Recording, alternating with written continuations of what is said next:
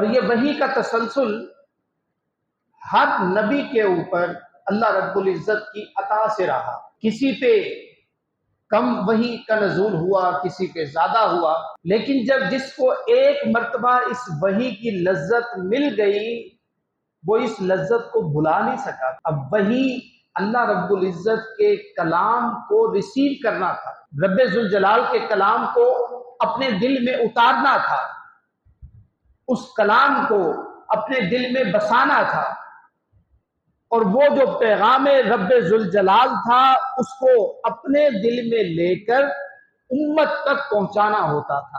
اب حضرت آدم علیہ السلام کی ساری زندگی میں اللہ رب العزت کے ساتھ جو وحی کی صورت میں ہم کلامی ہوئی وہ صرف 10 مرتبہ تھی. حضرت نوح علیہ السلام کی ٹوٹل عمر وہ تقریباً 1400 سال تھی، جس میں سے 900 سال انہوں نے تقریباً تعلیم کی، تبلیغ کی، لوگوں کو راہ راست کی طرف بلایا.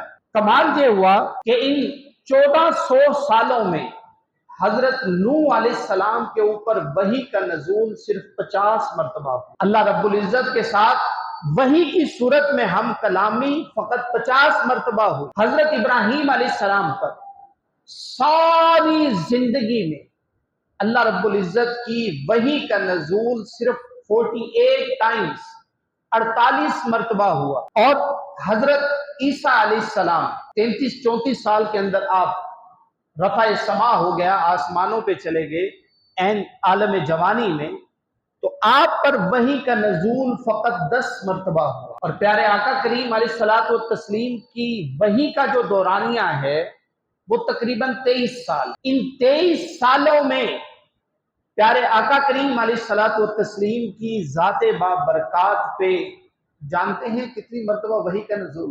24,000 مرتبہ اللہ کی وحی کا نزول. 24,000 مرتبہ 23 سالوں میں، یعنی ایوریج اگر لگائی جائے تو تقریباً 1100 مرتبہ ایک سال کے اندر اللہ کی وحی کا نزول ہوا. اور بقیہ سارے نبیوں کو ملا لیں تو 1000 پورا نہیں بنتا. اس کے باوجود بھی آقا کریم علیہ الصلوۃ والتسلیم پر جب کچھ عرصہ کے لیے وحی کا نزول بند ہوا، رک گیا، آقا کریم علیہ الصلوۃ والتسلیم پریشان ہو، تو اللہ رب العزت نے قسمیں اٹھائیں.